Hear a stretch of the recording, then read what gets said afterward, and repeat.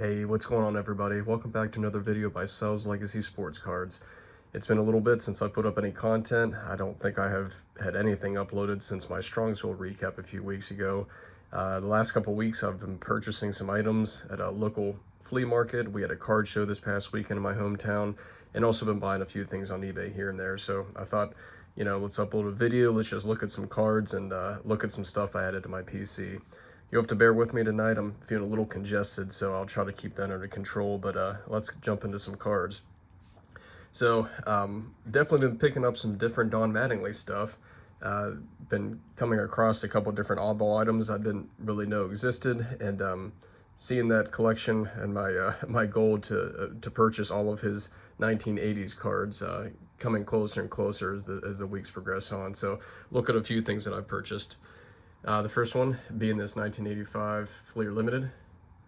This is also a 1986. I believe these are the All-Star Glossies that were added just to rack packs. Came across this today at the card show. It's from 1986. It's a little booklet. I think actually it's a coupon book that they put out for Burger King in 1986. That's pretty cool. It's still intact, a little bit worn, but that's pretty cool.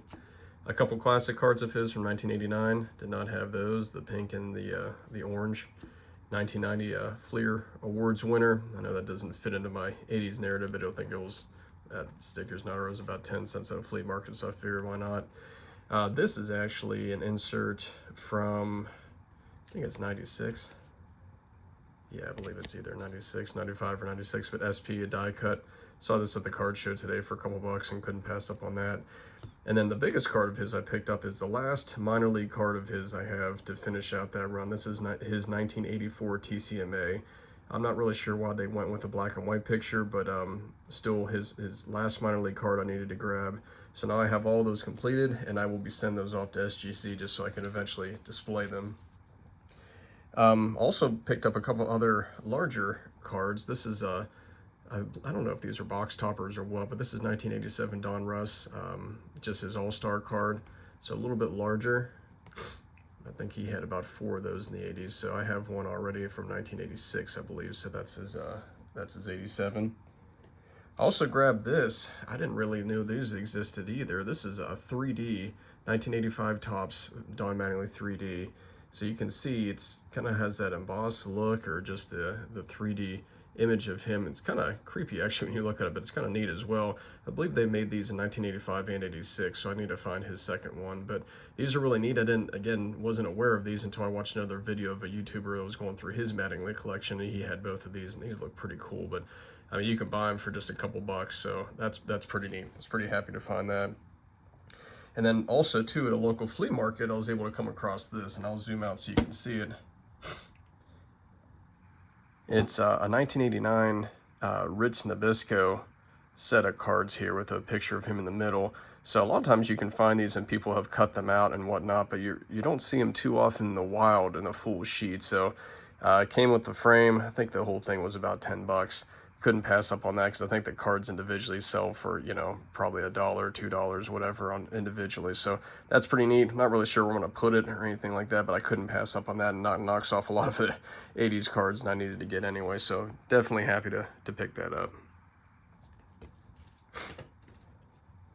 Also completed a couple sets that I was looking for. Today at the card show, I came across this for a quarter. And you may think, what's the significance of this? But this is the last Provision card I needed to finish that run from 1991 Fleer. And you don't come across a Greenwell because of all the names in that set, he's the most common. So I'd say most people just kind of toss that one aside. So I was happy to grab that one. And I pulled them all out. I only have the black borders. I don't have the white yet, so I will be looking to possibly get the white. But man, I love the way these cards look. That 91 Fleer set is so stinking ugly, but man, they did something good with the Provision cards. So those are all pretty neat. I have a little binder set aside just for 90s inserts that I like, so that's really cool. Definitely happy to find that one. And also too, came across this 93 Topps Stadium Club Finest Marquise Grissom, and the Ken Griffey Jr. in this set was one of my favorite cards growing up as a kid. I traded for it off of a buddy of mine, and just immediately fell in love with the way these cards looked. And Of course, chrome finishes weren't really common early in the 90s, but I thought this set looked really neat. And so then I can add that now to my complete set. So this was the last card I needed. Of course, that Griffey's right in the middle. And again, that was one of my favorite cards growing up, but tons of Hall of Famers in this set. Obviously, Tim Salmon and Grissom are not Hall of Famers. Neither's Juan Gonzalez, Albert Bell, Justice, but man, some big names there. Bonds will hopefully get in one day, but love these cards and love the way they look. So pretty happy about being able to finish off those two sets. Now at the card show today, we had a couple new dealers that I've not come across before, and didn't have anything big, but a lot of $1, $2 cards, and some maybe less known rookie cards of guys from the 80s and 90s that I don't come across too often. So I was happy to pick those up, and I don't know, I was pretty happy with the output of the show today. But first one I grabbed was this SP, nice holographic there at the bottom, Isaac Bruce rookie. He's a Hall of Famer, obviously. For some reason I don't have this 1989 Upper Deck Nolan Ryan, but I love this picture here in this image. And other than Ken Griffey Jr. and Don Mattingly, I do collect Nolan Ryan. My son's name is Nolan, so he's not named after Nolan Ryan, but just having the namesake, I feel like I need to start collecting Nolan Ryan a little more earnestly. So love the way that card looks. I also had this 94 Flair, and we didn't buy a lot of these as kids. This was a pretty premium product, but that's a pretty neat image of him. And again, most of these cards were all about $1 or less. David Justice, 1990s Donruss, the rookies. I don't see that one too often in the wild, but not a Hall of Famer, but he had some big moments with the Yankees, obviously with the Braves as well, but he was a really good guy. Donruss Baseball's Best, Craig Biggio. Again, don't see these too often in the wild. I see the Griffey a lot, but not the Biggio. I still need to get the John Smoltz, I think, has one in that series as well. I think Gary Sheffield does as well. I don't have that, but happy to pick that one up. And speaking of David Justice, also his 1990 Leaf, and that's just an awesome set. I love the way these cards look, so I'm real happy to find that one. Tim Lincecum, I know he'll probably never be a Hall of Famer, but man, oh man, could that guy pitch when he was in his prime. So again, for $1, Bowman Chrome rookie card, couldn't pass that one up. And Carlos Correa, not a huge fan of him, not a huge fan of the Astros and the whole cheating scandal, but most likely with his trajectory and the way he's kind of compiling stats, he will probably be a Hall of Famer. Maybe not first ballot, but I eventually think he'll get in. I had his Topps base, but not his Chrome. And for $1, I figured why not? Just go ahead and get that. Ken Griffey Jr., didn't even know this existed, but this is the second year 1990 collectibles. I have the Mattingly from that set, but I don't have the Jeter, or the Griffey, I'm sorry, so went ahead and grabbed that. I did see a couple Griffey inserts as well, or not inserts, I guess this is a 99 Invincible. I just like the way that card looks. That was about $5. That's one of the more expensive cards I bought today, and then this one was 10. 97 Fleer Ultra RBI Kings. And I looked on eBay real quick, and these cards usually go for like $25-30, especially if they're in good shape. And this one looks really nice. You don't get the full effect here in the video, unfortunately, because of the glare, but this is a really nice card, so happy to pick that up. It was 15, he gave it to me for 10, so really happy to pick that up. In addition to that, I've been buying a couple things here and there on eBay. Nothing crazy, just a few rookies here and there of some modern guys, some older guys, and we'll kind of look at those as well. First one is Chris Chambliss. Obviously, he was a really impact bat that the Yankees had back in the 70s. And I had this card recently, but I ended up selling it. It was really off-center and kind of off condition, but somebody wanted to complete a set. So I figured I had to get that back again. It's a pretty well-centered copy. Now it's just a couple bucks, so pretty happy to get that. And I love the All-Star Rookie Trophy there. This Joe Mauer, it's an alternative rookie from Topps Total from 2002. I found this at a flea market for $0.25, so I was pretty happy to find that. I dug for about an hour, and this is about the only card I came away with, so maybe it really wasn't worth my time, but I thought that was pretty neat. 1989 Classic, John Smoltz. Didn't have that one. 90 Classic, John Olerud. That was a gift from my brother. He bought a collection off someone that had double of that, so I appreciate that. Randy Johnson Topps Big. I think I now officially have all of Randy Johnson's rookie cards, so this one I don't come across too often, and for these big cards, it's probably one of his more expensive rookies if you just buy it raw, but it's pretty good shape, a little off-center, but I was pretty happy with that one, so happy to finish out his run.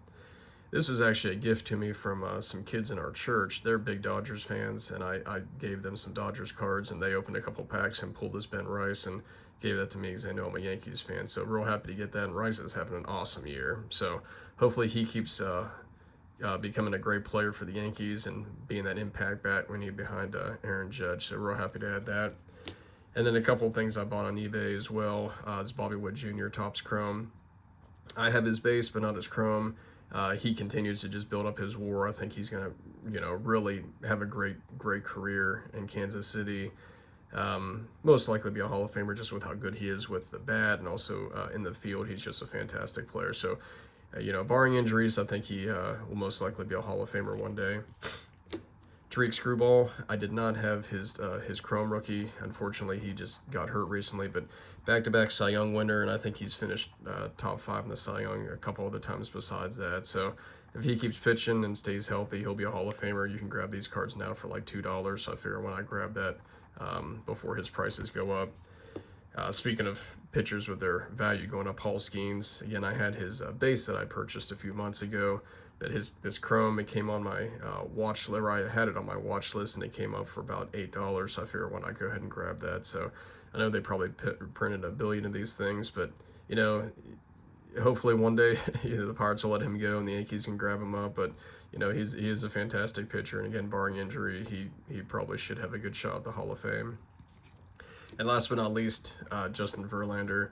I didn't have his base rookie from 2005, so I went ahead and grabbed that. It was about $20, and his prices continue to climb. He is a surefire Hall of Famer. He'll be in the first ballot most likely. Again, not a huge fan of him, but I am, again, trying to get at least the Topps base rookie or the Topps Chrome rookie of any guy in the Hall of Fame since I've been alive. So had to add that one to the collection.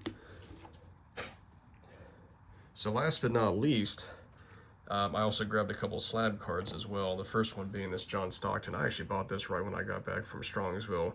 I was watching it, and the seller threw me a deal that I couldn't say no to. And John Stockton, I grew up a Knicks fan, but Stockton was always a guy I cheered for growing up through the 90s. I really always wanted his Jazz teams to knock off the Bulls, and they just could never get it done with him alone. But I don't know, I just kind of associate with him because he was just, a short guy, but he was, really gritty, always high up in the league in steals and assists and things like that, did little things to help them win games. So, I couldn't pass up this card. I know it's in an A, but man, this thing is razor sharp, so definitely happy to add that to my PC. And last but not least, my big pickup from this month is his 1953 Bowman Color Warren Spahn. I picked up the 58 Topps at Strongsville, and next to that, I mentioned that this was my second favorite Warren Spahn card. I've been looking for this one and kind of had it on my saved searches on eBay for a long time, and this popped up, and I couldn't let it go by. I know it's a 2, mostly because there's a little bit of surface damage there above his hat, but I think primarily it got knocked down because there's wax stains in the back and a little mark there above the stat line, which I don't care what the back looks like. The front looks fantastic. It's really well centered. The picture's very clear. And just something about these Bowman Color cards, I just don't think they get enough love. I know this series is never as popular as the 1953 Topps, but man, I just love these images. And so now that I have his 58 Topps, now his 53 Bowman, the only other Warren Spahn card I really want to get is that 48-49 Leaf. So one day I'll go ahead and grab that, but for right now, this will definitely be a cherished part of my collection. So love that Spahn. Love that Stockton and all the other things I've picked up. So again, just a quick little review of the things I've been picking up, and just felt like showing off some cards today. So thank you if you joined along. Throw a comment down there if there's anything else you'd like to see video wise, but I appreciate you guys watching. See you next time. Good night.